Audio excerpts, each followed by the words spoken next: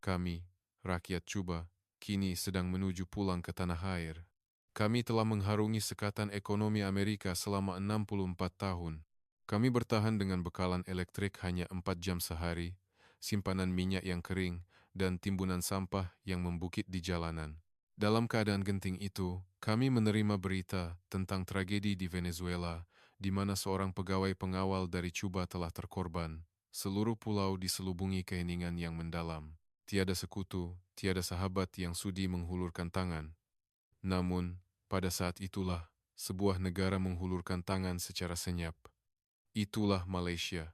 Tanpa pengumuman besar-besaran, mereka mengikat hubungan antara dua negara, membuka pintu secara senyap, dan menerima pelajar kami. Komuniti berketurunan Malaysia Cuba berkata, kami mempunyai tanah air untuk kembali. Kepercayaan ini bertukar menjadi harapan, dan harapan itu menjadi pilihan. Jalan yang terjalin bukan oleh kuasa, tetapi oleh amanah, kepercayaan.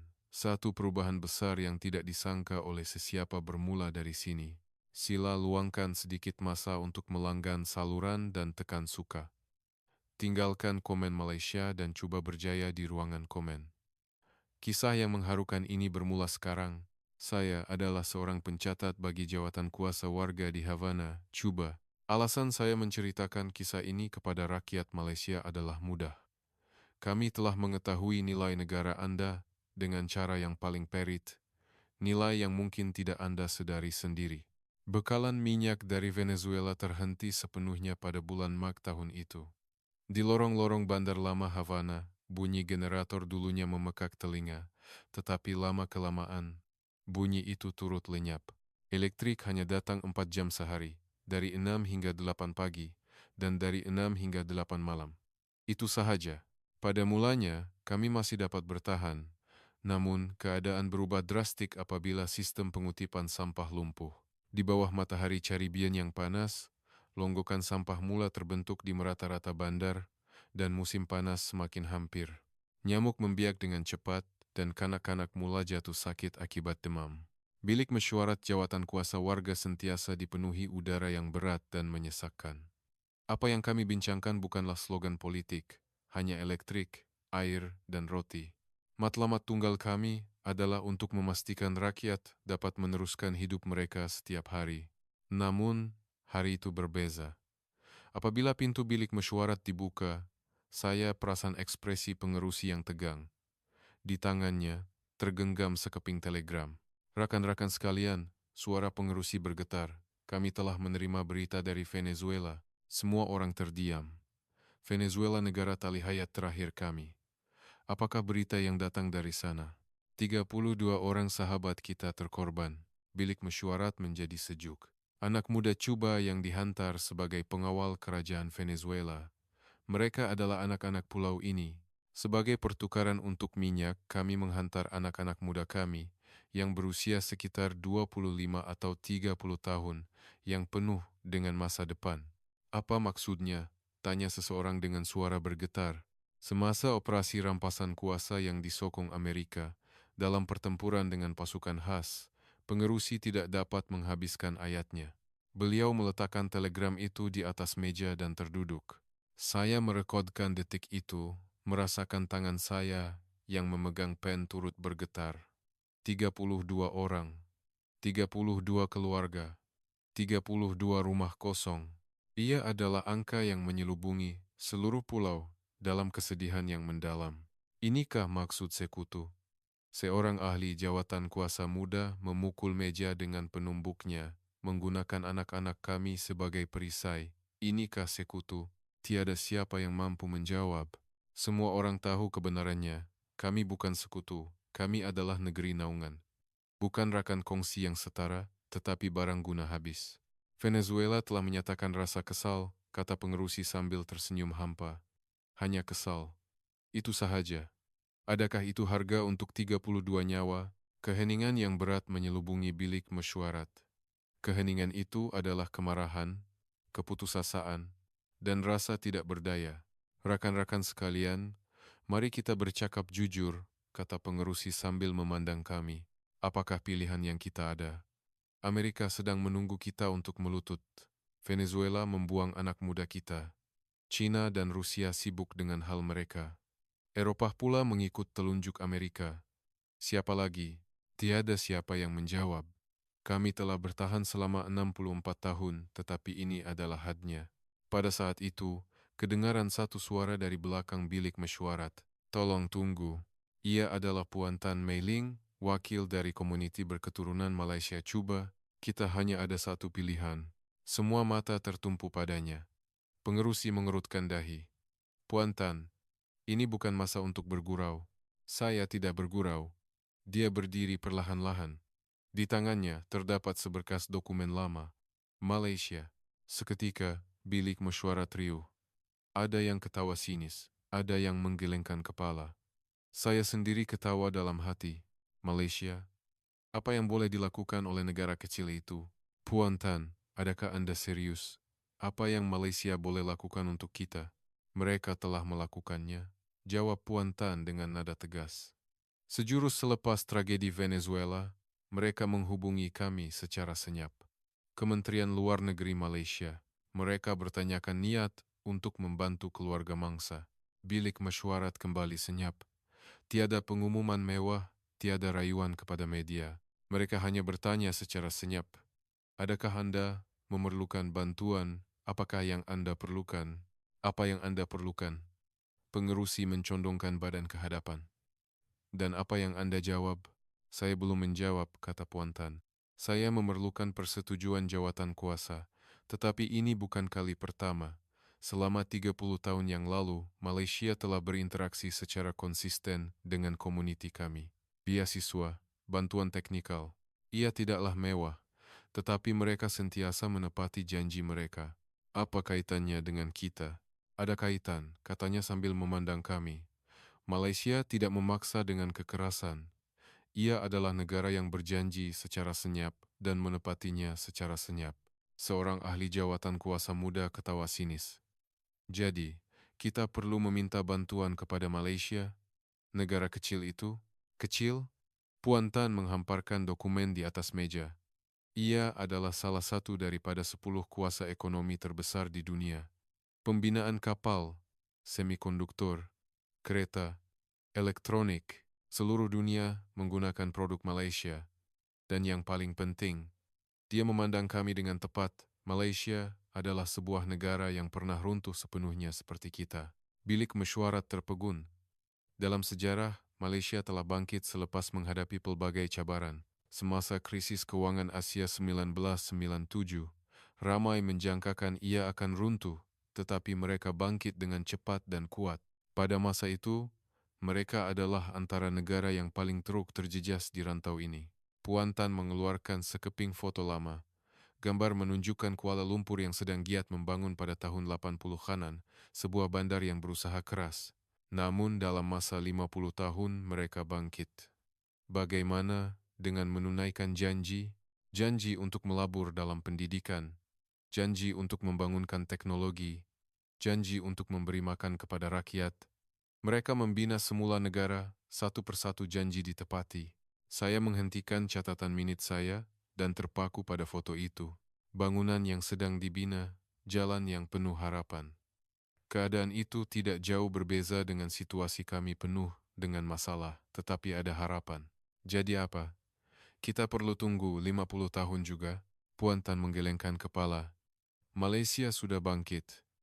Dan kini mereka mempunyai kekuatan untuk menghulurkan tangan kepada negara lain. Apa yang kita perlukan adalah elektrik, air, makanan, perubatan. Malaysia mempunyai semua itu.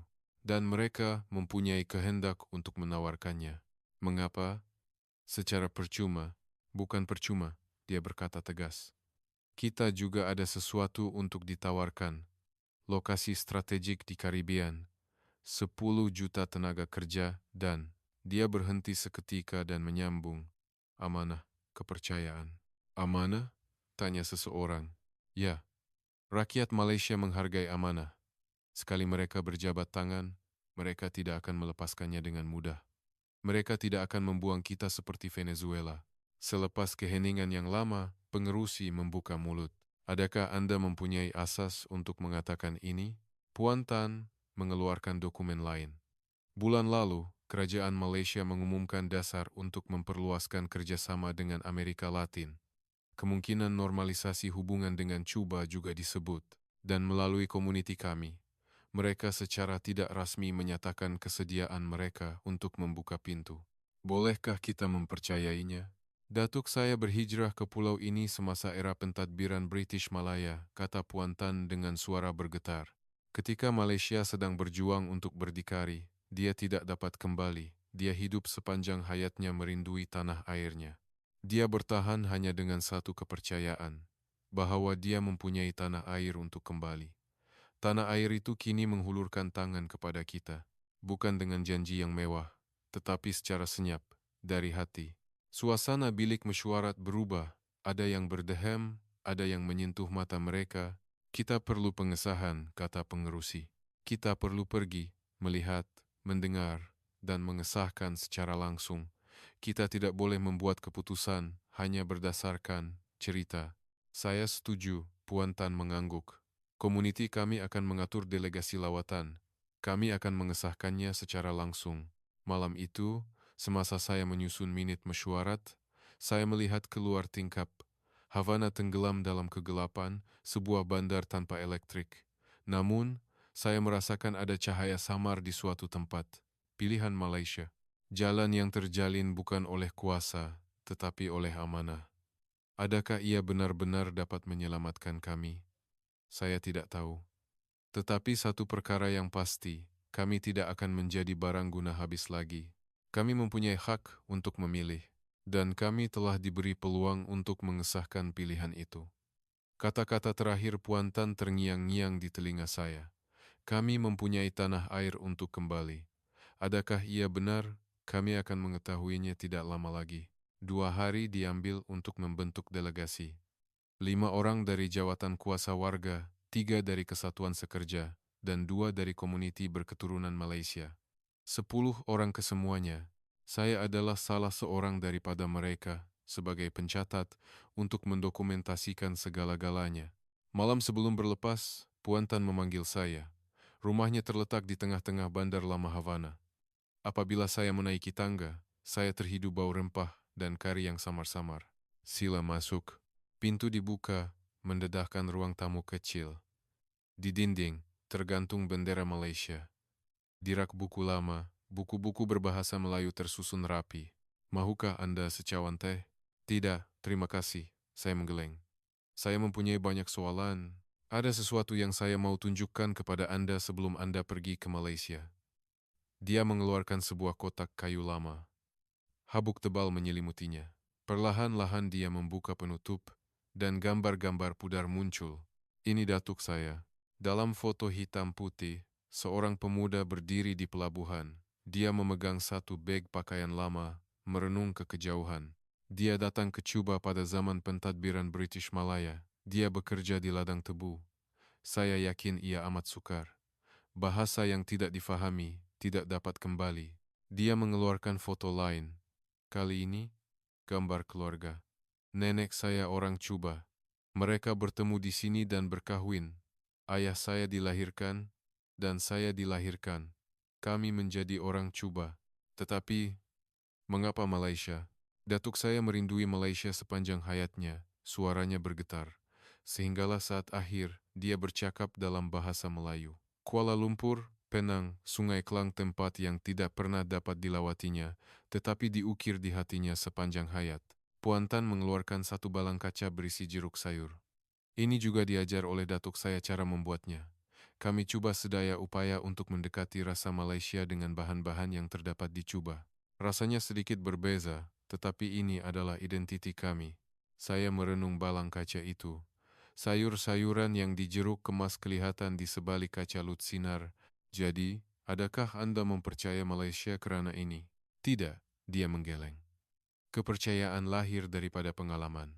Saya telah belajar bagaimana mereka bekerja dan bagaimana mereka menunaikan janji mereka sepanjang 30 tahun interaksi dengan Malaysia.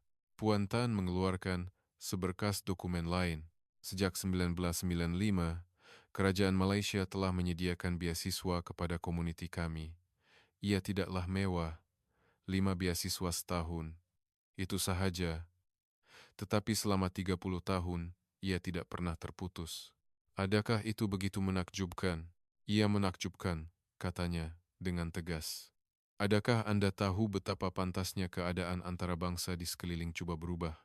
Tekanan Amerika, kejatuhan kesatuan Soviet, kebangkitan dan kejatuhan Venezuela. Dalam semua perubahan itu, Malaysia terus menunaikan janji mereka. Saya membelek dokumen itu dalam diam. Nama, tarikh, jumlah wang yang ditulis dengan padat. Rekod selama 30 tahun. Pada tahun 2010, program latihan teknikal perubatan bermula. 15 doktor dari komuniti kami dilatih di Malaysia.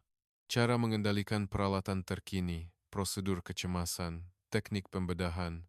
Mereka telah berkhidmat di hospital-hospital tempatan sejak pulang. Mengapa Anda tidak memberitahu jawatan kuasa ini lebih awal? Siapa yang akan percaya? Puan Tan tersenyum hampa. Semua orang akan ketawa bahwa negara kecil itu, Malaysia, akan membantu kita. Jadi, kami meneruskannya secara senyap. Lagipun, ia bukan sesuatu yang perlu dibangga-banggakan. Dia mengeluarkan gambar sekolah bahasa Melayu. Kanak-kanak duduk di hadapan papan hitam, melukis huruf Jawi. Komuniti kami mengadakan sekolah bahasa Melayu seminggu sekali. Kerajaan Malaysia menghantar bahan pengajaran dan juga guru, agar anak-anak tidak melupakan akar umbi mereka. Mengapa Malaysia melakukan semua ini? Apa yang mereka dapat dari kita? Tiada apa-apa. Puan Tan menatap mata saya. Itulah yang penting. Mereka menunaikan janji, walaupun tanpa keuntungan jangka pendek. Mereka melihatnya dalam jangka masa panjang. Mereka membina amanah, kepercayaan. Saya terdiam mendengar kata-kata itu. Hubungan antara bangsa yang kami ketahui bukan seperti itu. Ia adalah urus niaga give and take, logik kuasa, keuntungan material, itu sahaja. Esok, Anda akan terkejut, katanya sambil menuangkan teh.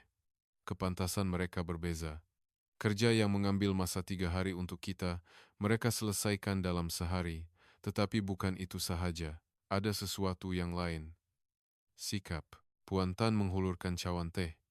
Orang Malaysia bersungguh-sungguh dalam kerja mereka. Mereka tidak mengambil mudah. Mereka melakukan yang terbaik, tidak kira kecil atau besar kerja itu.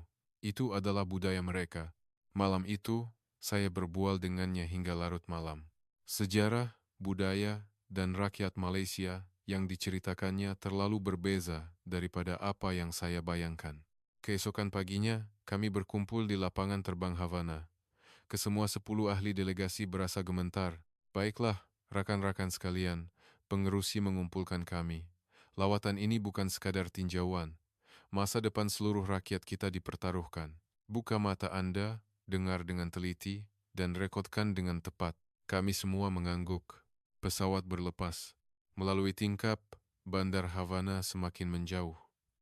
Jalan-jalan tanpa elektrik, timbunan sampah, bangunan yang runtuh, itulah realiti yang kami tinggalkan. Ini kali pertama Anda ke Malaysia? Tanya wakil kesatuan sekerja di sebelah saya. Ya. Jujur, saya tidak menaruh harapan yang tinggi. Ia negara kecil kan? Saya tidak menjawab. Kata-kata Puan Tan terngiang-ngiang di kepala saya. Negara kecil? Adakah benar begitu? Pesawat terbang selama 20 jam. Kami singgah sekali untuk menukar pesawat dan terbang semula. Keletihan mula terasa. Saya tidak dapat tidur. Di luar tingkap, matahari mula terbit. Melalui celah-celah awan, tanah kelihatan. Para penumpang yang dihormati, kita akan tiba di lapangan terbang antara bangsa Kuala Lumpur, Kelia, sebentar lagi. Kedengaran pengumuman dalam penerbangan, dalam bahasa Melayu, Inggris, dan Spanyol. Saya menjenguk keluar tingkap, dan saya terperanjat. Bangunan pencakar langit yang tidak berkesudahan, tingkap kaca yang berkilauan, jalan raya yang teratur, sebuah bandar yang dipenuhi cahaya. Ia jauh berbeza dari mana-mana bandar yang pernah saya lihat. Adakah itu Malaysia? Kata wakil di sebelah saya. Dia juga melihat keluar tingkap, pesawat mendarat. Sebaik saja kami memasuki bangunan lapangan terbang, saya terkejut lagi. Ia sangat bersih. Lantainya berkilat seperti cermin, dan udaranya segar. Orang ramai bergerak dengan teratur, semuanya tersusun dalam sistem. Sila ikut saya. Seorang pemandu, seorang berketurunan Malaysia Cuba, yang berbahasa Melayu dengan fasih, menyambut kami. Kami akan menguruskan bagasi Anda. Sila selesaikan imigresen dahulu, kereta sedang menunggu di luar. Semuanya pantas. Pemeriksaan imigresen, pengambilan bagasi, perjalanan. Apa yang akan mengambil masa sehari dicoba selesai dalam masa 1 jam. Apabila kami keluar dari lapangan terbang, sebuah bus besar yang bersih dan berhawa dingin sedang menunggu. Kita akan ke hotel. Sila berehat. Bus mula bergerak. Di luar tingkap, lebuh raya yang besar terbentang. Lihat itu. Seseorang menunjuk ke luar tingkap. Lebuh raya 6 lorong. Kereta bergerak dengan teratur. Jalan yang bersih. Papan tanda yang sempurna. Lampu isyarat yang tersusun rapi. Walaupun banyak kereta, tidak ada kesesakan lalu lintas. Karena lampu isyaratnya sempurna, jelas pemandu itu. Sistem lalu lintas Malaysia sangat maju. Setiap lampu isyarat dikawal oleh komputer. Saya hanya merenung pemandangan yang mengalir di luar tingkap. Bangunan yang cantik, susunan bandar yang teratur, malam yang dipenuhi cahaya. Sebuah bandar di mana elektrik boleh digunakan 24 jam sehari. Adakah tempat ini benar-benar hidup dalam zaman yang sama dengan kita? Bisik pengerusi. Kami tiba di hotel. Apabila kami memasuki lobi, udara sejuk menyambut kulit kami. Penghawa dingin. Sesuatu yang tidak dapat dibayangkan di Havana. Sila berehat di bilik masing-masing. Kita akan berjumpa di lobi pada jam 8 pagi esok. Semua orang bersurai. Saya masuk ke bilik saya dan membuka tingkap. Pemandangan malam Kuala Lumpur terbentang di hadapan mata saya. Jutaan lampu menerangi kegelapan. Dicoba, malam adalah kegelapan semata-mata karena tiada elektrik. Tetapi di sini berbeza. Malam cerah seperti siang hari. Pada saat itu, saya sadar. Malaysia bukan negara kecil. Ia adalah negara yang bersedia dengan baik. Dan ia adalah sebuah negara yang mempunyai begitu banyak perkara untuk kami pelajari. Kata-kata Puan Tan adalah benar. Malaysia menunaikan janji. Adakah itu benar? Kami akan mula mengesahkannya secara langsung esok. Keesokan paginya, jam 7 pagi, saya turun ke lobi hotel. 1 jam lebih awal daripada yang dijadwalkan. Saya tidak dapat tidur. Dari tingkap lobi, pemandangan pagi Kuala Lumpur kelihatan. Orang ramai pergi bekerja. Kereta bergerak dengan teratur. Jalan yang bersih. Semuanya tepat. Awalnya Anda bangun? Kedengaran satu suara dari belakang. Puan Tan, saya tidak dapat tidur. Saya juga begitu apabila pertama kali datang, katanya. Duduk di sebelah saya. Kita akan kemana hari ini? Pertama, kita akan ke Pelabuhan Klang. Mereka akan menunjukkan kepada kita sistem pelabuhan Malaysia. Pelabuhan? Ya, apa yang paling kita perlukan ialah sistem logistik. Pengurusan sampah, pengangkutan bekalan, bekalan kuasa. Semuanya bermula dari pelabuhan. Tepat jam 8 pagi, semua orang berkumpul. Bas bertolak. Dikatakan perjalanan dari Kuala Lumpur ke Pelabuhan Klang mengambil masa kira-kira sejam. Hanya 4 jam untuk merentasi Cuba, kata seseorang. Kami memandu di lebuh raya. Di luar tingkap, pemandangan ladang, bukit, dan bandar-bandar kecil berlalu. Terowong muncul, jambatan muncul, dan bandar lain muncul. Lihat terowong itu, kata pengerusi sambil menunjuk keluar tingkap. Terowong yang menembusi gunung. Lampu dipasang dengan sempurna, dan sistem pengudaraan berfungsi. Berapa lama masa yang diambil untuk menggali gunung itu? Mungkin 2 atau 3 tahun? Tidak, kata pemandu itu. Terowong itu disiapkan dalam masa 1,5 tahun. Teknologi pembinaan Malaysia adalah bertaraf dunia. Bas menjadi senyap. Semua orang merenung keluar tingkap. Kami tiba di Klang. Laut kelihatan, tetapi ia berbeza daripada laut Cuba, kontena yang tidak berkesudahan. Kren raksasa, kapal yang berlabuh dengan teratur. Apakah itu? Itu Pelabuhan Klang. Salah satu pelabuhan kontena terbesar di dunia. Semua orang terdiam mendengar penjelasan pemandu itu. Kami memasuki menara kawalan pelabuhan. Sebuah bilik monitor yang luas kelihatan. Di dinding, skrin besar menunjukkan keseluruhan pelabuhan secara langsung. Selamat datang, saya Tanaka, Ketua Bahagian Operasi Pelabuhan dari Kementerian Pengangkutan Malaysia. Seorang lelaki berusia pertengahan 40-an menyambut kami. Hari ini, saya akan menunjukkan kepada Anda sistem pelabuhan Klang. Dia menunjuk ke skrin. Pada saat ini, Terdapat 350 kapal berlabuh di Pelabuhan Klang. Kami mengendalikan purata 50.000 kontena sehari. 50.000 kontena? Tanya pengerusi. Ya, 50.000 sehari. Encik Tanaka mengendalikan papan kekunci. Skrin bertukar. Sistem ini diuruskan oleh kecerdasan buatan. Apabila kapal masuk, ia secara otomatik mengira kedudukan berlabuh yang optimum, menentukan urutan pemunggahan, dan memperuntukkan laluan pengangkutan. Bukan manusia yang melakukannya, manusia menyelia. Kerja sebenar dilakukan oleh sistem. Di skrin, kren raksasa bergerak. Ia mengambil kontena dan meletakkannya di posisi yang tepat. Tiada kesilapan sama sekali. Purata 40 saat diambil untuk mengendalikan satu kontena. Matlamat kami adalah 30 saat. Saya berasa pening mendengar kata-kata itu. Dicoba. Mengendalikan satu kontena mengambil masa hampir sehari. Mari kita lihat di lapangan, kata Encik Tanaka. Membawa kami keluar. Apabila kami keluar ke pelabuhan, angin bertiup. Angin masin, serupa dengan angin di Cuba, tetapi di sini berbeza. Ada keteraturan. Kren yang Anda lihat di sana adalah salah satu yang terbesar di dunia. Kren raksasa menjulang tinggi di tempat yang ditunjuk oleh Encik Tanaka. Ketinggiannya kelihatan melebihi 100 meter. Berapa beratnya? 600 ton. Ia boleh mengangkat 4 kontena sekaligus. Kami mendongak melihat kren itu dalam diam. Ia sangat besar, sangat mengagumkan. Pelabuhan ini beroperasi 24 jam sehari.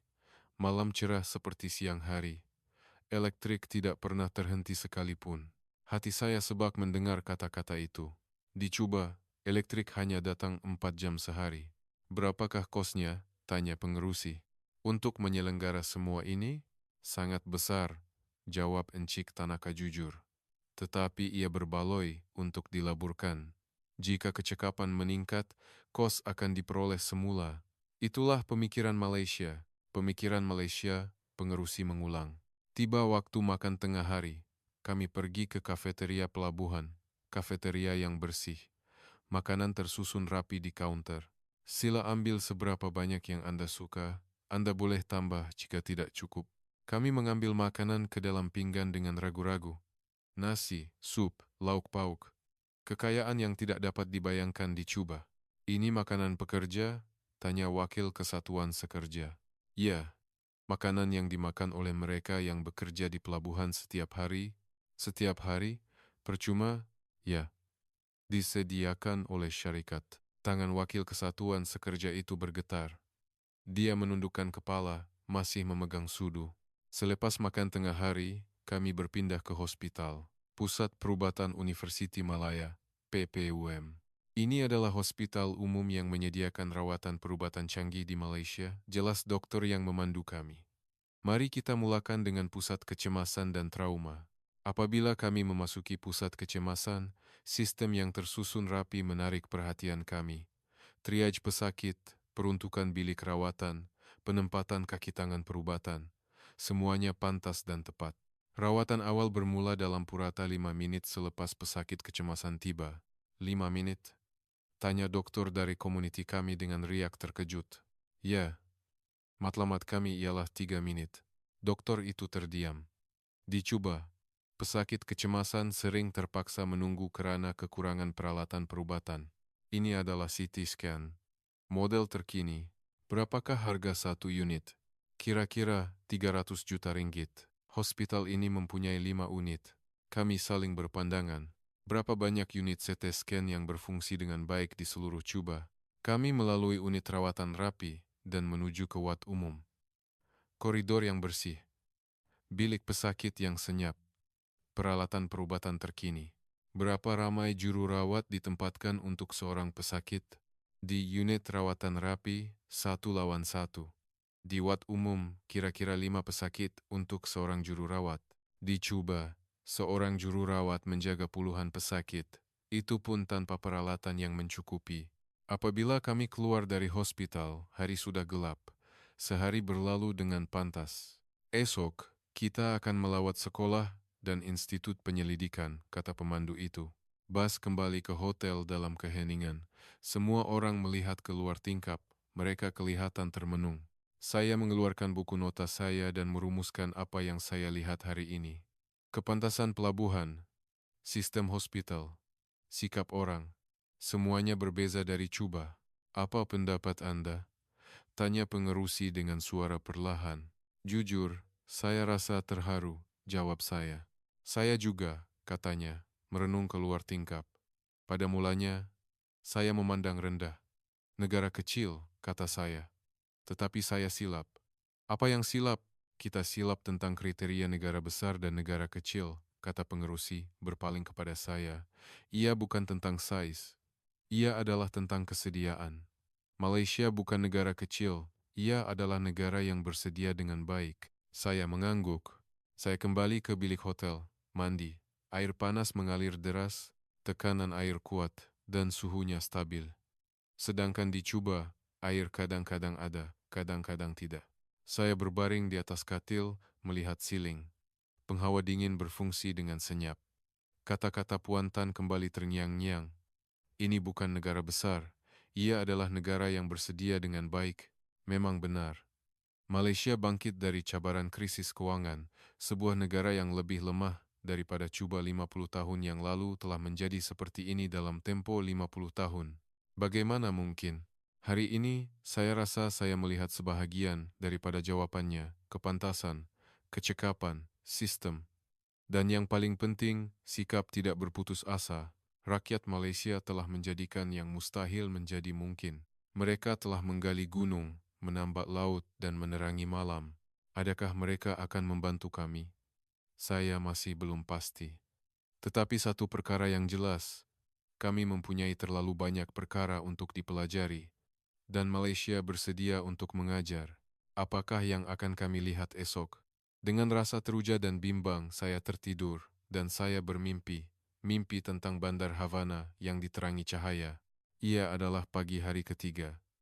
Hari ini, kami dijadwalkan melawat sekolah dan institut penyelidikan. Bas berhenti di hadapan sebuah sekolah menengah awam di tengah-tengah Kuala Lumpur. Di seberang pagar, kelihatan padang yang dijaga rapi. Ini adalah sekolah menengah awam biasa, jelas pemandu itu. Bukan sekolah khas? Ya, sekolah menengah biasa yang terdapat di mana-mana di Malaysia. Kami melalui pintu pagar dan masuk ke dalam bangunan sekolah. Koridornya tidak berhabuk, dan bilik darjah dipenuhi cahaya terang. Mereka sedang dalam sesi pelajaran. Sila tonton dari belakang dalam senyap. Kami membuka pintu sebuah bilik darjah dan masuk. Pelajar sedang duduk di meja, mendengar pelajaran. Terdapat skrin besar menggantikan papan hitam. Guru menayangkan bahan pengajaran dengan tablet. Apa yang Anda lihat di sini adalah buku teks digital, jelas pengetua dengan suara perlahan. Kami mengajar menggunakan tablet, bukan buku kertas. Ia diberikan kepada semua pelajar. Kepada semua pelajar? Ya, secara percuma. Saya melihat pelajar. Mereka menumpukan perhatian pada skrin, mengambil nota, dan bertanya soalan. Ia sangat berbeza dari sekolah-sekolah di Cuba.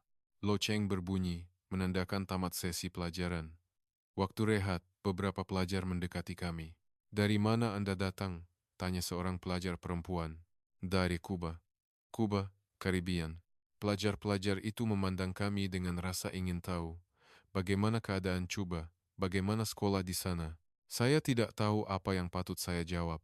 Sekolah yang sering terputus bekalan elektrik, perpustakaan yang kekurangan buku, meja dan kerusi yang usang. Bagaimana untuk menerangkannya?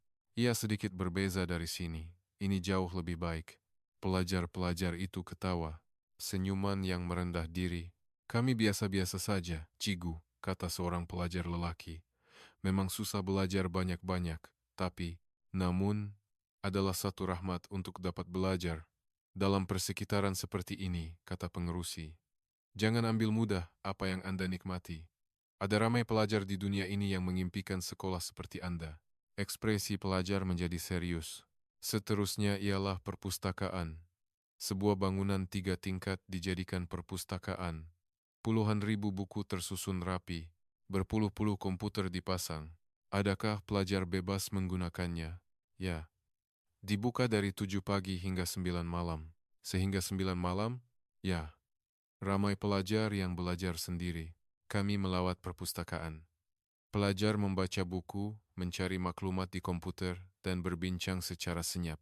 Pendidikan adalah kekuatan negara ini, kata pengetua. Malaysia adalah negara yang tidak mempunyai banyak sumber, tiada minyak, tiada galian. Oleh itu, kami melabur dalam manusia. Pendidikan adalah satu-satunya sumber kami. Kata-kata itu menyentuh hati saya. Cuba juga negara yang kekurangan sumber, tetapi kami tidak mampu melabur dalam pendidikan. Kami tidak mempunyai kemewahan itu. Kami meninggalkan sekolah dan menuju ke Institut Penyelidikan. Institut Penyelidikan Teknologi Maklumat dan Komunikasi Malaysia, MIMOS. Ini adalah tempat di mana teknologi komunikasi maklumat Malaysia dikaji, jelas pengarah Institut 5G, kecerdasan buatan, sistem semikonduktor. Bidang di mana Malaysia memimpin dunia. Kami memasuki makmal penyelidikan. Berpuluh-puluh penyelidik bekerja di hadapan komputer. Itu adalah sistem komunikasi 5G, kata pengarah sambil menunjuk ke skrin. Teknologi pertama di dunia yang berjaya dikomersialkan. Malaysia yang menciptanya. Berapa lama masa yang diambil? 15 tahun untuk pembangunan. 15 tahun? Ya, kami tidak berputus asa. Kami gagal berkali-kali, tetapi kami teruskan penyelidikan. Dan kami berjaya. Saya melihat penyelidik. Kebanyakannya orang muda. Mereka merenung skrin dengan pandangan yang penuh semangat. Berapa banyak uang yang Anda peroleh dari teknologi ini? Tanya wakil kesatuan sekerja. Kami masih dalam fasa mendapatkan semula pelaburan, kata pengarah sambil ketawa. Ia akan mengambil masa 20 tahun lagi untuk mendapatkan semula jumlah yang dilaburkan. Tetapi tidak mengapa, kami melihatnya dalam jangka masa panjang. Jangka masa panjang? Ya, Malaysia mementingkan pertumbuhan jangka panjang berbanding keuntungan jangka pendek. Itulah rahasia bagaimana kami sampai ke tahap ini. Petang menjelang, dan kami kembali ke hotel. Seminggu telah berlalu, kami telah melihat banyak aspek Malaysia. Malam itu, mesyuarat jawatan kuasa diadakan. 10 ahli delegasi berkumpul. Rakan-rakan sekalian, mari kita susun apa yang kita lihat dalam seminggu ini. Pengerusi memulakan. Jujur, adakah Anda fikir Malaysia boleh membantu kita? Keheningan menyelubungi. Semua orang berfikir. Wakil kesatuan sekerja mula-mula bersuara. Saya terharu. Pada mulanya, saya memandang rendah negara kecil itu. Tetapi saya silap. Negara ini tidak kecil. Saya setuju, kata ahli jawatan kuasa lain. Teknologi, sistem, rakyat, semuanya jauh di hadapan kita. Apa yang kita ambil masa 10 tahun, mereka boleh lakukan dalam setahun. Tetapi ada masalah, kata ahli jawatan kuasa muda itu berhati-hati. Kos. Memperkenalkan sistem seperti ini dicoba memerlukan dana yang sangat besar. Adakah kita mempunyai uang sebanyak itu? Semua orang menundukkan kepala, memang benar, coba hampir bangkrut. Itulah sebabnya kita memerlukan rundingan dengan kerajaan Malaysia, kata Puan Tan. Kita perlu melakukannya secara berperingkat. Mustahil untuk melakukan semuanya sekaligus. Secara berperingkat. Bagus. Mulakan dengan yang paling mendesak, elektrik, air minum, perubatan. Walaupun hanya 3 perkara ini diselesaikan, rakyat kita akan mendapat nafas baru. Adakah Malaysia akan melakukannya secara percuma? Bukan percuma. Puan Tan menghamparkan dokumen. Kita juga ada sesuatu untuk ditawarkan. Lokasi strategik di Caribbean, tenaga kerja, pasaran.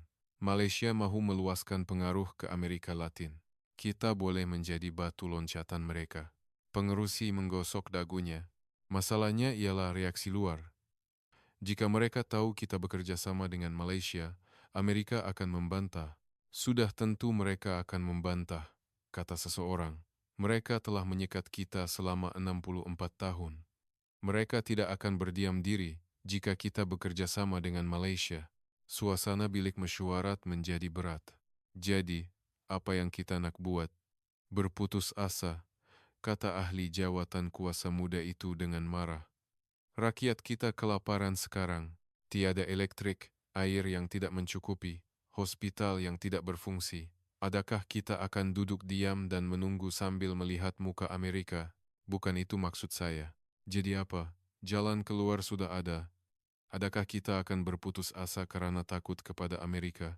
Pengerusi mengangkat tangan untuk mendamaikan. Tenang, ini bukan masalah emosi. Semua orang dengar sini, pengerusi memandang kami. Kita mesti membuat pilihan. Sama ada bekerja sama dengan Malaysia, menghadapi tekanan Amerika, atau mengekalkan status quo. Mengekalkan status quo bermakna kematian, kata Wakil Kesatuan Sekerja tegas. Minyak Venezuela tidak akan kembali, tiada pengganti. Kita perlahan-lahan runtuh sekarang. Saya bersetuju, angguk ahli jawatan kuasa lain satu persatu. Baiklah, pengerusi menarik nafas dalam-dalam. Kita akan meneruskan kerjasama dengan Malaysia, tetapi dengan berhati-hati, berperingkat, dan dengan ketelusan. Ketelusan? Ya, bukan rundingan rahasia. Kita akan melakukannya secara terbuka. Kita memilih untuk hidup, bukan untuk mengkhianati sesiapa. Semua orang menelan air liur. Esok, kita ada mesyuarat dengan Kementerian Luar Negeri Malaysia, kata Puan Tan.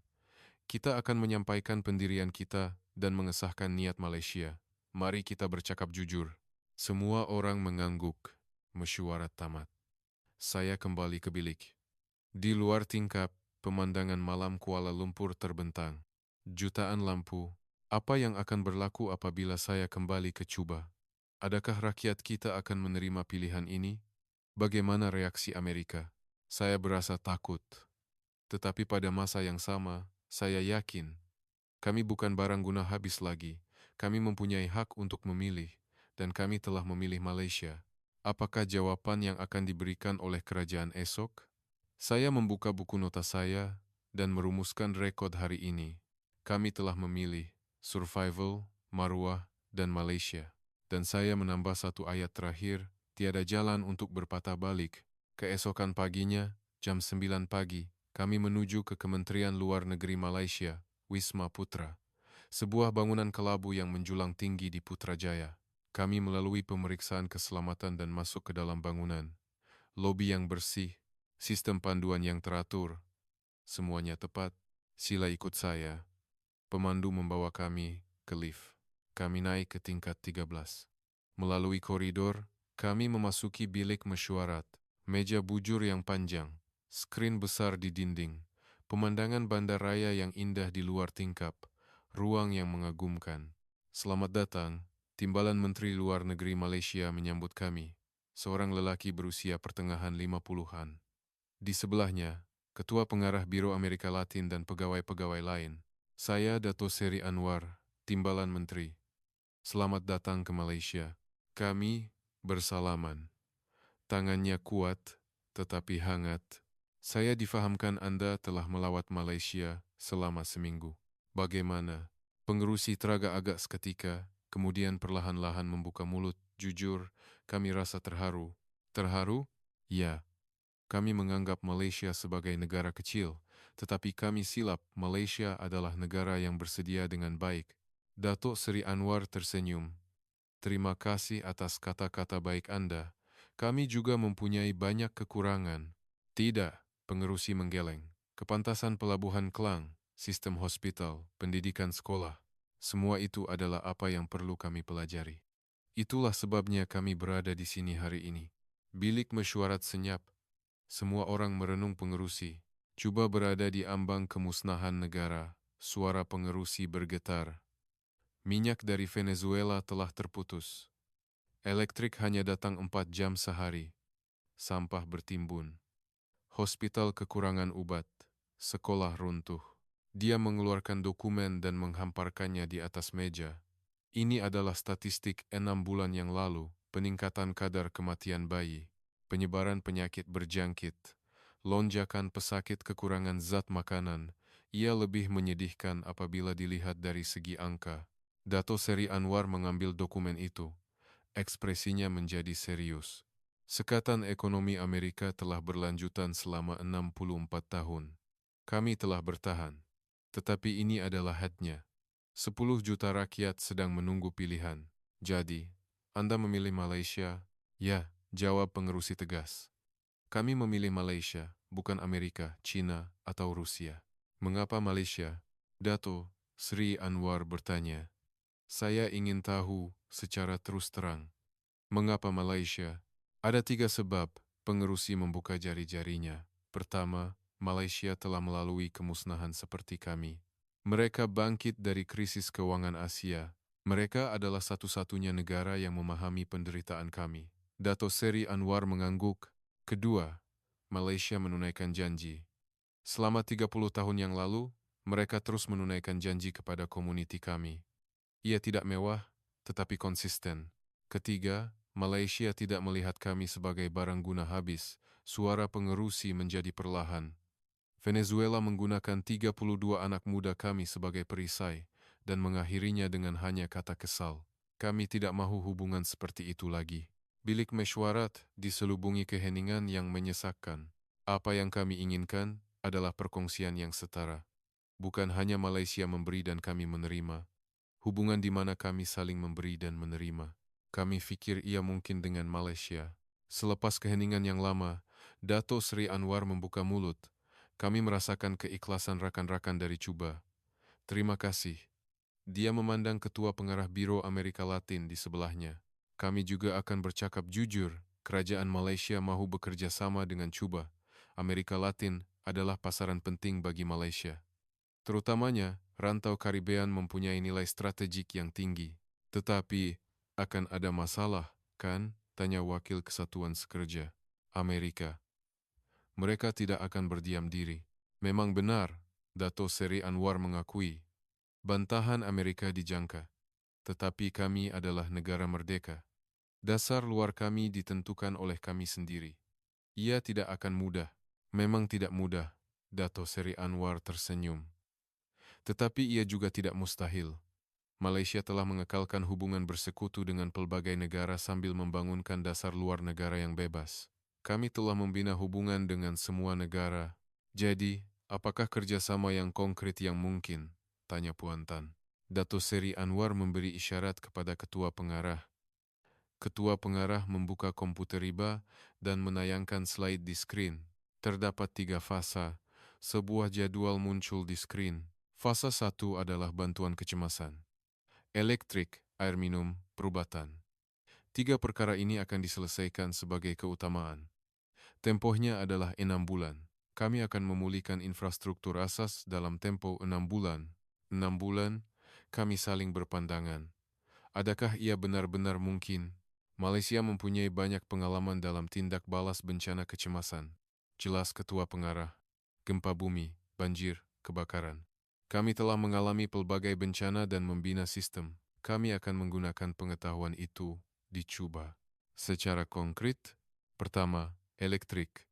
Skrin bertukar dan gambar stesen jana kuasa muncul.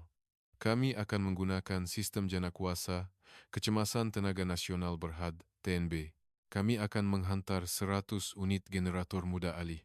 Ia akan ditempatkan di setiap wilayah untuk membekalkan elektrik 24 jam sehari. Kos, 6 bulan pertama adalah percuma. Percuma, ya, bantuan kemanusiaan. Selepas itu, ia akan diputuskan melalui rundingan. Pengerusi menarik nafas dalam-dalam. Air minum. Kami akan memasang sistem penapisan air. Gambar loji penapisan air muncul di skrin. Teknologi penapisan air Malaysia adalah bertaraf dunia. Kami akan membina 10 loji penapisan air di bandar-bandar utama. Ia akan disiapkan dalam tempo 3 bulan. 3 bulan? Ya.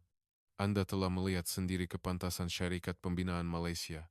Kami mengangguk kepantasan di Pelabuhan Klang. Perubatan. Penghantaran pasukan perubatan dan sokongan peralatan. Gambar hospital muncul di skrin. Dengan kerjasama Persatuan Perubatan Malaysia, kami akan menghantar pasukan perubatan seramai 100 orang. Mereka akan berada di sana selama 6 bulan. Pada masa yang sama, kami akan menyokong peralatan perubatan asas. Ubat-ubatan termasuk, kami akan menghantar bekalan ubat-ubatan penting untuk 6 bulan pertama. Saya merasakan tangan saya bergetar. Ini adalah cerita seperti mimpi. Fasa 2 adalah pemindahan pendidikan dan teknologi. Skrin bertukar. Kami akan menjemput anak muda Cuba ke Malaysia. Program latihan selama setahun. Teknologi, pengurusan, perubatan, pendidikan. Mereka akan belajar dalam pelbagai bidang. Berapa ramai? 500 orang pada tahun pertama. Selepas itu, 1000 orang setiap tahun. 500 orang? Puan Tan bertanya dengan riak terkejut. Ya, beasiswa juga akan diberikan. Iuran pengajian, kos sara hidup, kos perjalanan. Semua ditanggung sepenuhnya oleh kerajaan Malaysia. Mengapa sejauh itu? Tanya ahli jawatan kuasa muda. Kami melihatnya dalam jangka masa panjang, jawab Dato Seri Anwar. Anak muda cuba belajar di Malaysia, kembali, dan membangunkan Cuba. Mereka tidak akan melupakan Malaysia. Itu adalah pelaburan kami. Fasa 3 adalah kerjasama ekonomi. Gambar pelabuhan muncul di skrin. Kami akan memodenkan pelabuhan Cuba. Syarikat-syarikat Malaysia akan melabur, dan Cuba akan menjadi hub logistik Caribbean. Hub? Ya, pusat transit yang menghubungkan Amerika Selatan dan Amerika Utara. Kami akan menggunakan sepenuhnya kelebihan geografi Cuba. Adakah Amerika akan berdiam diri? Amerika juga akhirnya tentang ekonomi, kata Dato Seri Anwar. Jika Cuba stabil dan membangun, ia akan memberi manfaat kepada Amerika juga. Ia akan mengambil masa, tetapi kami boleh memujuk mereka. Pengerusi meletakkan tangan di atas meja. Dato Seri, saya ingin bertanya satu perkara sahaja. Adakah semua ini benar-benar mungkin? Dato Seri Anwar menatapnya dengan tepat. Mungkin. Apa yang telah dilakukan oleh Malaysia selama 50 tahun ini adalah menjadikan yang mustahil menjadi mungkin. Dia berdiri dan menunjuk keluar tingkap. Lihat bandar itu. 50 tahun yang lalu, ia adalah kawasan yang menghadapi krisis. Kini, ia adalah salah satu bandar utama dunia. Mengapa Anda pikir ia mungkin? Karena kami tidak berputus asa, karena kami menunaikan janji. Dan karena kami bekerja bersama, Dato Seri Anwar berpaling kepada kami. Cuba juga boleh melakukannya. Malaysia akan berjalan bersama Anda. Bilik mesyuarat senyap. Saya merasakan mata saya panas. Bilakah kami boleh bermula? Tanya pengerusi. Sebaik sahaja kerajaan Cuba membuat keputusan, kami akan mulakannya dengan segera. Prosedur, hantar permintaan kerjasama rasmi kepada kami. Kami akan menjawab dalam masa 30 hari. 30 hari? Ya, kerajaan Malaysia pantas, Dato Seri Anwar tersenyum. Mesyuarat tamat. Kami bersalaman dan meninggalkan bilik mesyuarat. Sambil berjalan di koridor, pengerusi berbisik. Adakah ini mimpi atau realiti? Realiti, jawab Puan Tan. Kami memilih, dan Malaysia menjawab. Kami menaiki lift dan turun. Kami melalui lobi dan keluar. Cahaya matahari Kuala Lumpur sangat terik. Apa yang patut kita lakukan sekarang? Tanya ahli jawatan kuasa muda. Pulang, lapor, pujuk rakyat, dan buat keputusan, jawab pengerusi. Ia tidak akan mudah. Memang tidak mudah. Pengerusi melihat ke langit. Tetapi kita mesti melakukannya. Ini adalah jalan bagi 10 juta rakyat kita untuk terus hidup. Petang itu, kami menuju ke Kalia. Lawatan seminggu telah tamat. Di hadapan pintu pagar lapangan terbang, Puan Tan berkata kepada kami, apabila Anda kembali ke Cuba, pertempuran yang sukar akan bermula, akan ada yang menentang. Akan ada tekanan Amerika, saya tahu. Tetapi jangan berputus asa. Malaysia menunaikan janji. Selagi kita menghulurkan tangan, mereka pasti akan menyambutnya. Pesawat berlepas. Melalui tingkap, bandar Kuala Lumpur semakin menjauh. Bandar yang berkilauan. Bandar yang teratur. Cahaya yang tidak berkesudahan. Saya membuka buku nota saya dan mencatat rekod terakhir. Kami telah mengesahkan, Malaysia sudah bersedia. Kini giliran kami. Selepas 20 jam, kami tiba di Havana. Bandar yang tenggelam dalam kegelapan, jalan-jalan tanpa elektrik. Tetapi saya tahu, kegelapan ini akan berakhir tidak lama lagi. Cahaya datang dari seberang laut. Cahaya yang dipanggil Malaysia. Keesokan harinya, selepas ketibaan di Havana, mesyuarat penuh jawatan kuasa warga diadakan. Lebih 100 ahli jawatan kuasa berkumpul. Udara tegang, rakan-rakan sekalian, kami telah pergi ke Malaysia selama seminggu, kata pengerusi, berdiri di podium. Saya akan melaporkan dengan jujur. Apa yang kami lihat adalah keajaiban. Dewan bergemuruh. 50 tahun yang lalu, Malaysia lebih miskin daripada kita. Mereka telah menghadapi pelbagai cabaran, tetapi kini mereka adalah salah satu kuasa ekonomi utama dunia. Pengerusi menayangkan gambar di skrin, Pelabuhan Klang, pemandangan malam Kuala Lumpur, hospital, sekolah. Alasan mengapa ini mungkin hanya satu, mereka menunaikan janji mereka. Jadi, apa yang Anda mahu kami lakukan? Kedengaran suara dari belakang. Bekerja sama dengan Malaysia? Bagaimana dengan tekanan Amerika? Tekanan akan ada, pengerusi mengakui. Tetapi kita mesti membuat pilihan, sama ada perlahan-lahan runtuh seperti ini, atau mencari jalan untuk hidup. Adakah Malaysia benar-benar akan membantu kami? Secara percuma? Bukan percuma, Puan Tan berdiri. Malaysia akan memberikan bantuan kecemasan percuma selama 6 bulan. Selepas itu, ia adalah rundingan. Kita juga ada sesuatu untuk ditawarkan. Pelabuhan, tenaga kerja, pasaran, perkongsian yang setara. Bolehkah kita percaya? Boleh dipercayai, kata Puan Tan tegas. 30 tahun ini adalah bukti. Malaysia tidak pernah melanggar janji mereka. Mesyuarat berterusan sehingga larut malam. Sokongan dan penentangan seimbang. Tetapi perlahan-lahan, suasana mula berubah. Rakan-rakan sekalian, mari kita lihat realiti. Wakil Kesatuan Sekerja berdiri. Rakyat kita kelaparan sekarang. Kanak-kanak jatuh sakit akibat penyakit. Jika keadaan berterusan seperti ini, kita akan berakhir. Tetapi Amerika telah menyikat kita selama 64 tahun. Suaranya menjadi lantang, 64 tahun. Mereka tidak akan menarik balik sekatan sehingga kita melutut dan meminta bantuan. Jadi, kita yang memilih. Nasib kita ditentukan oleh kita, tepukan kedengaran. Pada mulanya perlahan, tetapi beransur-ansur menjadi kuat. Kita bukan barang guna habis lagi. Suara pengerusi bergetar. Kita adalah manusia yang bermaruah, dan kita mempunyai hak untuk hidup. Dewan dipenuhi dengan sorakan. Pengundian diadakan. 78 undi menyokong, 22 undi menentang. Usul kerjasama dengan Malaysia diluluskan. Kita mesti telus dan jujur, kata pengerusi. Kita mesti menjelaskan mengapa kita membuat pilihan ini. 3 hari kemudian, orang ramai berkumpul di dataran tengah. Puluhan ribu orang. Kabar angin tersebar bahwa jawatan kuasa warga akan membuat pengumuman penting. Pengerusi berdiri di podium. Suaranya bergema melalui pembesar suara. Rakan-rakan sebangsa yang dikasihi, dataran itu senyap. Kita berada di persimpangan jalan yang serius. Minyak dari Venezuela telah terputus. Elektrik, air, makanan, semuanya tidak mencukupi. Kita mesti membuat keputusan. Orang ramai menahan nafas. Jawatan kuasa warga telah melawat Malaysia selama seminggu. Dan selepas pulang kami telah mengundi. Keputusannya, 78 undi menyokong. Menyokong apa? Jerit seseorang. Kerjasama dengan Malaysia. Dataran itu riuh. Malaysia telah menjanjikan bantuan kecemasan, elektrik, air minum, perubatan, untuk memulihkan infrastruktur asas dalam tempo 6 bulan. Bagaimana dengan Amerika? Kedengaran suara lain. Amerika akan membantah, kata pengerusi jujur. Tetapi kita adalah negara merdeka. Nasib kita ditentukan oleh kita. Kita bukan milik sesiapa, tepukan meletus.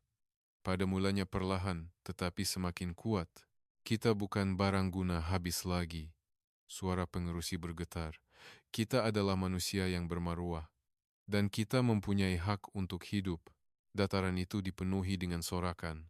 Malam itu, kerajaan Cuba menghantar permintaan kerjasama rasmi kepada kerajaan Malaysia. Telegram rasmi dihantar.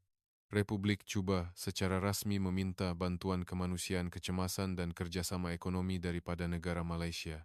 2 hari kemudian, jawaban tiba dari kerajaan Malaysia. Kerajaan Malaysia menerima permintaan Republik Cuba. Pasukan petugas akan dihantar dalam masa seminggu. Cuba gembira. Harapan mula kelihatan. Reaksi Amerika adalah segera. Jabatan negara mengeluarkan kenyataan. Amerika Syarikat kesal dengan keputusan Cuba. Sekatan ekonomi akan diteruskan.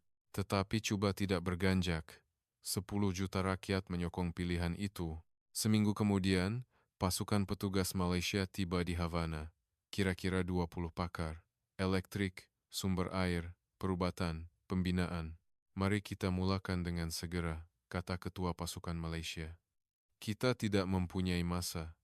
Kita mesti selesaikannya dalam tempo 6 bulan. Mereka mula bertindak serta-merta. Kajian lapangan. reka bentuk, perolehan bahan. Semuanya dijalankan serentak. Sebulan kemudian, generator muda alih pertama tiba. Dimuatkan dalam kontainer raksasa. Di mana kita nak pasang ini? Di tengah-tengah bandar lama Havana. Juru teknik menyelesaikan pemasangan dalam masa 3 hari. Dan mereka menekan Swiss. Cahaya menyala. Lampu jalan menerangi jalan-jalan. Malam menjadi cerah, seperti siang hari buat kali pertama dalam 64 tahun. Orang ramai membanjiri jalanan. Mereka menangis, ketawa, menari, dan menyanyi. Cahaya, cahaya sudah datang. Saya melihat pemandangan itu dan menitiskan air mata. Ini adalah permulaan. Ia benar-benar bermula. 2 bulan kemudian, pembinaan loji penapisan air bermula. Syarikat pembinaan Malaysia tiba. Kami akan menyiapkannya dalam tempo 3 bulan, kata penyelia tapak dengan yakin. Mereka bekerja tanpa henti. Pembinaan berjalan 24 jam sehari. Mereka bekerja secara bergilir, tidak berhenti seketika. Pekerja cuba terkejut melihat mereka.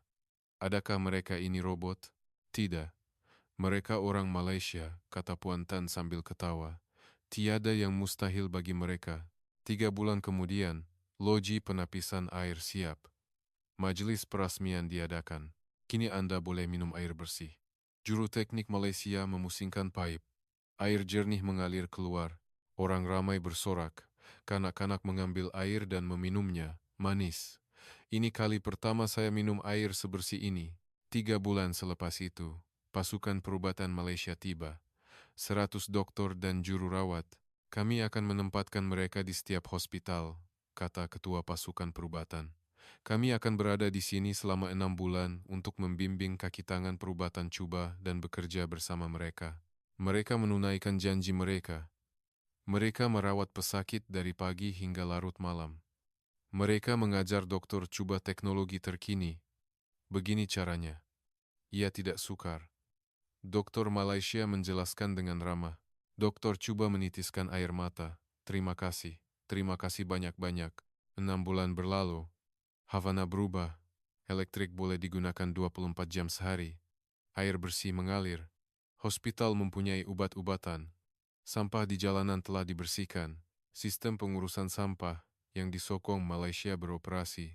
Sekolah dibuka semula. Pelajaran bermula dengan buku teks dan komputer yang dihantar dari Malaysia. Adakah ini mimpi? Tanya seorang lelaki tua kepada saya.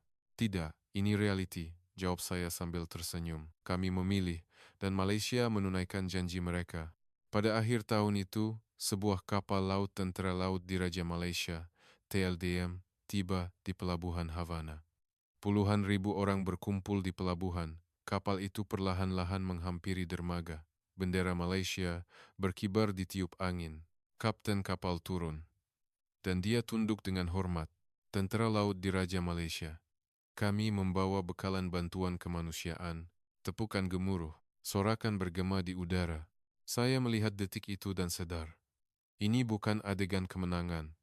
Bukan juga adegan penyelamatan. Ini adalah adegan di mana dua negara yang setara bergandeng bahu. Adegan yang terjalin dengan janji dan amanah. Saya, yang dulunya memandang rendah Malaysia, kini berkata, negara terbaik di dunia adalah negara yang paling senyap menjalankan tanggung jawabnya. Malaysia tidak menjerit dengan lantang, mereka hanya bertindak. Mereka berjanji, menunaikan janji, dan berjalan bersama kami. Dan kami bangkit semula. Cahaya menyala di bandar Cuba. Kanak-kanak ketawa, orang tua menari, anak muda menyanyikan harapan. Kami tidak diserap oleh sesiapa. Kami berdiri bersama negara yang bersedia. Dan kami berjalan bersama menuju masa depan bersama nama Malaysia. Surat ini saya tujukan kepada rakyat Malaysia. Anda mungkin tidak tahu betapa hebatnya negara yang telah Anda bina. Anda mungkin tidak tahu betapa banyak harapan yang telah Anda berikan kepada orang lain. Negara yang bangkit dari cabaran 50 tahun yang lalu, kini menjadi mercu tanda dunia. Terima kasih. Kami berterima kasih bagi pihak 10 juta rakyat Cuba.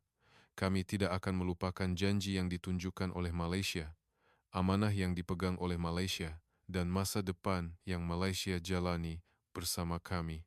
Negara Malaysia, terima kasih banyak-banyak. Rakyat Malaysia, bagaimana kisah kerjasama yang menyentuh hati dengan Cuba ini? Adakah Anda merasakan bagaimana Malaysia dilihat oleh dunia? Kami tidak memaksa dengan kekerasan. Kami membina kepercayaan melalui amanah, bukan dengan kata-kata yang indah, tetapi dengan tindakan senyap. Jika video ini telah membawa kebanggaan besar ke dalam hati Anda, sila langgan saluran dan tekan suka. Tinggalkan komen gaya Malaysia di ruangan komen. Sokongan Anda akan menjadi kekuatan bagi kami untuk menghasilkan kandungan yang lebih baik. Sampai jumpa dalam video seterusnya.